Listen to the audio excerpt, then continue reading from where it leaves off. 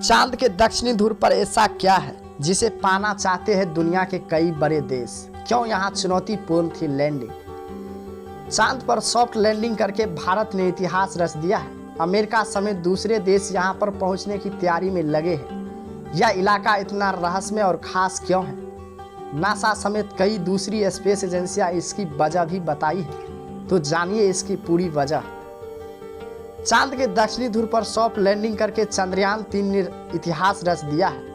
इस जगह पर लैंडर उतारने वाला भारत दुनिया का पहला देश बन गया है और चांद की सतह पर सॉफ्ट लैंडिंग कराने वाला चौथा देश बन गया है। इसरो के लिए यहाँ पर लैंडिंग कराना सबसे बड़ी चुनौती थी। ऐसे में सवाल उठता है कि जिस हिस्से में चांद की दक्षिणी ध्रुव में ऐसा क्या है कि भारत यहाँ पर चंद्रयान 3 की उतारने की योजना बनाई।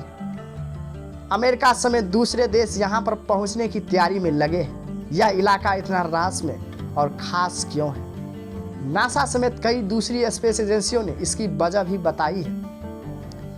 चांद के इस हिस्से में लैंडिंग क्यों कराई गई, इसे समझने के लिए एक नज़र इसके भूगोल पर डालनी पड़ेगी। दरअसल इस हिस्से में सूरज की किरणें सीधी नहीं पड़ती। तिरछनी किरणों के कारण यहाँ का तापमान दूसरे हिस्सों के मुकाबले थोड़ा कम रहता है। यही इसकी खूबी है।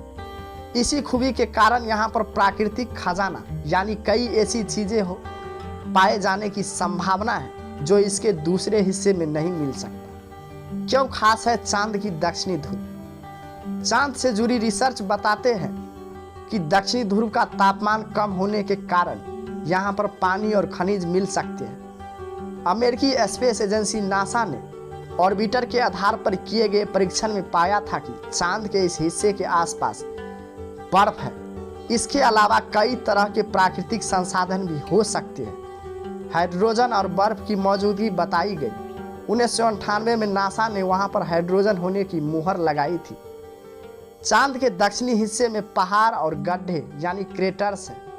यहाँ पर सूरज की रोशनी कम पड़ती है। रिपोर्ट कहती है जिस हिस्से में सूरज की रोशनी पड़ती है वहाँ का तापमान करीब 54 डिग्री सेल्सियस के आसपास होता है। वहीं जिन हिस्से में ये नहीं पहुँचती है वहाँ का तापमान -248 डिग्री सेल्सियस रहता है।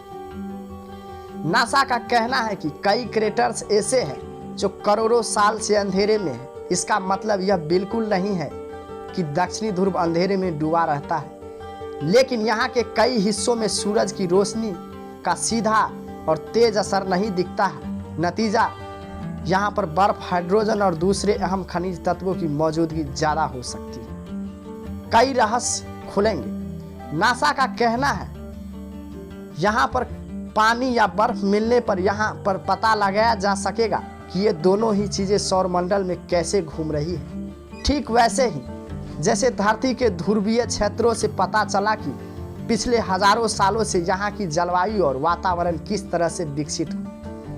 पानी और बर्फ की पुष्टि होती हो भविष्य में उसका इस्तेमाल पीने, पानी उपकरणों में गर्म होने से बचाने और रॉकेट का ईंधन बनाने में किया जा सकेगा। इससे कई रहस्य खुलेंगे। यहाँ पर लैंडिंग इतनी मुश्किल क्यों थी?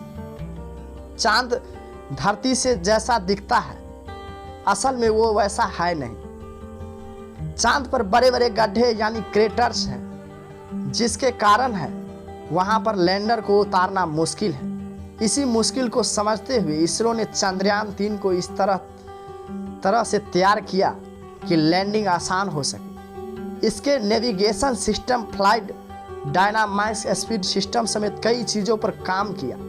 चंद्रयान 2 की असफलता से सबक लेते हुए चंद्रयान 3 में सुधार किया। इसी तरह चांद की इस लोकेशन पर लैंडिंग कराई जा सकी।